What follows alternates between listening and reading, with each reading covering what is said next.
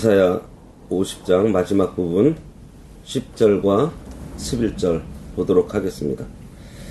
너희 중에 여호와를 경외하며 그의 종의 목소리를 청종하는 자가 누구냐?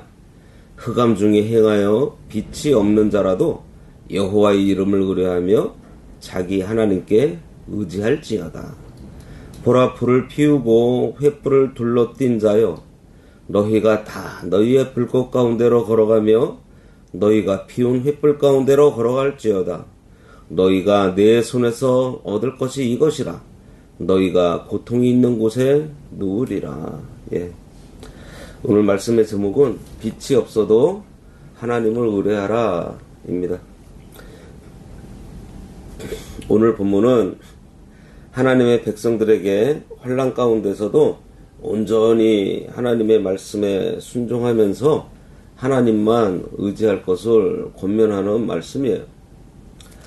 그리고 하나님을 대적하는 악한 자들을 향해서는 심판을 경고하고 있습니다. 10절, 너희 중에 여호와를 경외하며 그의 종의 목소리를 청종하는 자가 누구냐? 흑암 중에 행하여 빛이 없는 자라도 여호와의 이름을 의뢰하며 자기 하나님께 의지할지어다. 흑암 중에 행하면서 빛이 없는 자는 세상에서 환난을 당해 소망을 잃어버리고 절망 가운데 빠져있는 성도들을 말합니다. 따라서 이 말씀은 환난으로 절망 가운데 있는 하나님의 백성들에게 낙심하지 말고 참 구원자 되시는 여호와를 온전히 의지하라고 권고하는 말씀이에요. 홍해가 가로막고 있고 뒤에는 애국 군대가 쫓아오고 있을 때 어떻게 하라고 했어요? 하나님께서 가만히 서서 하나님의 구원을 바라보라고 했습니다. 가만히 있을 수 있는 이유가 뭐죠? 하나님을 의지하고 있기 때문에. 바로 그러한 상황을 지금 여기 얘기하고 있는 거예요. 하나님을 경외하고 하나님의 목소리를 청종하는 성도라고 해도 큰 환난 중에 빠질 수가 있고요. 그 큰 환난으로 흑암을 만나고 또 그래서 분별력이 없어서 갈 바를 알지 못하고 헤매게 될 때가 있습니다. 지금 보세요. 방금 말씀드린 이스라엘 백성들도 하나님의 말씀을 순종해서 애굽에서 나와서 가나안으로 가는 길에 홍해를 만난 것입니다. 그러한 일들을 얼마든지 만날 수가 있어요. 그럴 때일수록 어떻게 하라고요? 하나님을 경외하고 하나님의 목소리를 청종하라 그랬습니다. 우리가 베드로전서를 통해서 하나님을 경외하는 것에 대해서 봤었는데요. 이 경외하는 것은 떨림이라고 했습니다. 두려운데 무서워서 두려운 것이 아니고 존경하고 사랑하는 존재 앞에서의 떨림, 설렘이라고 그랬어요. 이것은 하나님을 인격적으로 만난 사람이 가지는 자세입니다. 이스라엘이 하나님께 율법을 받았을 때 가졌던 그 떨림, 출애굽기 19장 16절에 셋째 날 아침에 우레와 번개와 빽빽한 구름이 산 위에 있고 나팔 소리가 매우 크게 떨리니 진중에 있는 모든 백성이 다 떨더라. 이렇게 기록되어 있습니다. 처음에 하나님 앞에서 이스라엘 백성들이 가졌던 이 떨림을 1500년 후에 히브리서 성경 기자가 이걸 다시 인용을 하면서 여기 12장에 히브리서 12장 21절에는 뭐라고 인용을 했는가 하면 그 보이는 바가 이렇듯 무섭기로 모세도 이르되 내가 심히 두렵고 떨린다 하였느니라. 이렇게 되어 있습니다. 바로 이러한 떨림, 두려움으로 하나님 앞에 서고 뭐예요? 바로 하나님을 인격적으로 내가 만나고 있다는 거예요. 두려움이라는 그 감정, 사랑한다는 그 감정이 뭐예요? 바로 하나님 앞에 서 있기 때문에 가능한 감정입니다.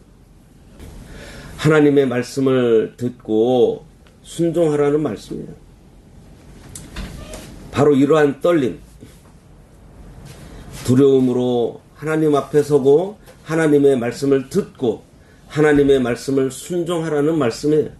아무리 흑암 중에 행하고 앞이 보이지 않더라도 더욱더 하나님 의뢰하고 하나님을 의지하라는 말씀입니다. 이렇게 절망 가운데서도 하나님을 의지하려는 성도들이 기억해야 될 사실들이 있어요. 그것은 이 땅 위에서 성도의 삶이 결코 안전하지 않습니다. 때로 성도에게도 불신앙의 시험이 있다는 사실. 하지만 그러한 절망의 파도 너머에는 반드시 하나님의 구원의 손길이 있다는 사실이에요.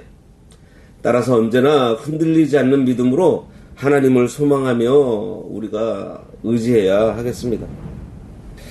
11절에 보라, 불을 피우고 횃불을 둘러띈 자여, 너희가 다 너희의 불꽃 가운데로 걸어가며 너희가 피운 횃불 가운데로 걸어갈지어다.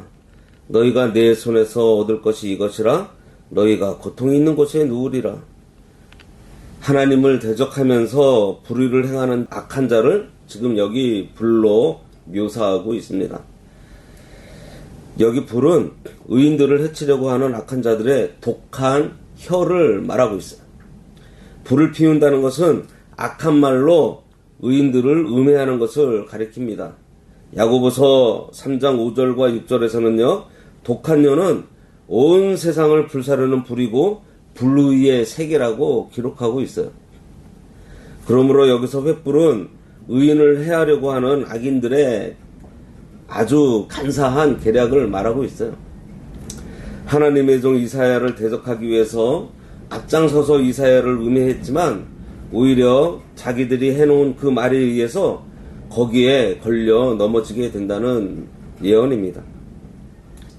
모르드게를 죽이려고 하만이 50자가 되는 나무를 준비해 두었지만 오히려 자기가 그 나무에 달려 죽게 되는 것과 마찬가지로 스스로 자기가 파놓은 무덤에 빠지게 된다는 거예요. 여호와를 배척하고 악한 혀로 의인들을 음해하면서 정죄했던 자들이 오히려 그들의 악한 혀와 괴사 때문에 철저한 하나님의 심판을 받게 될 것을 예언하는 말씀이에요. 이처럼 악인들의 악한 행동은 스스로 자기 무덤을 파는 것과 같습니다. 50장 말씀을 우리가 기억해야 되겠는데요. 특별히 앞에 4절과 9절에 나와 있는 하나님의 진실한 종, 우리가 그 하나님의 진실한 종이 되어야 되겠습니다. 그러기 위해서 먼저 학자의 귀, 들을 귀를 우리가 하나님 앞에 구해야 되겠어요. 그래서 하나님의 뜻을 깨닫고 학자의 혀를 구해서 하나님의 뜻을 바르게 전하는 그러한 성도들이 되어야 하겠습니다. 그리고 학자의 걸음으로 걸어가는 길에 환난이나 어려움으로 힘들고 흑암 가운데 처할 수 있겠지만 아무리 빛이 없더라도 그럴 때일수록 더욱더 하나님을 경외하며 의뢰함으로 승리하는 삶을 우리들이 살아야 하겠습니다. 기도하겠습니다. 하나님 아버지, 성도인 저희들이 하나님의 말씀을 따라 순종하는 가운데에도 여러 가지 어려운 일을 만나고 환난을 만나서 절망하거나 포기하고 싶을 때가 있겠지만 그때 더욱더 하나님만 바라고 의지하라 하신 아버지 하나님의 말씀을 저희들이 굳게 붙들도록 인도하여 주시옵소서.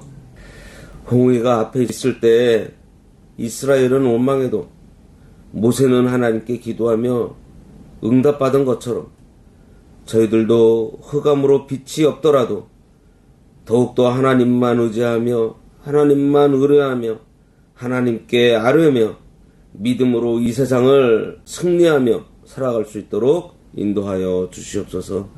예수님의 이름으로 기도드리옵나이다. 아멘.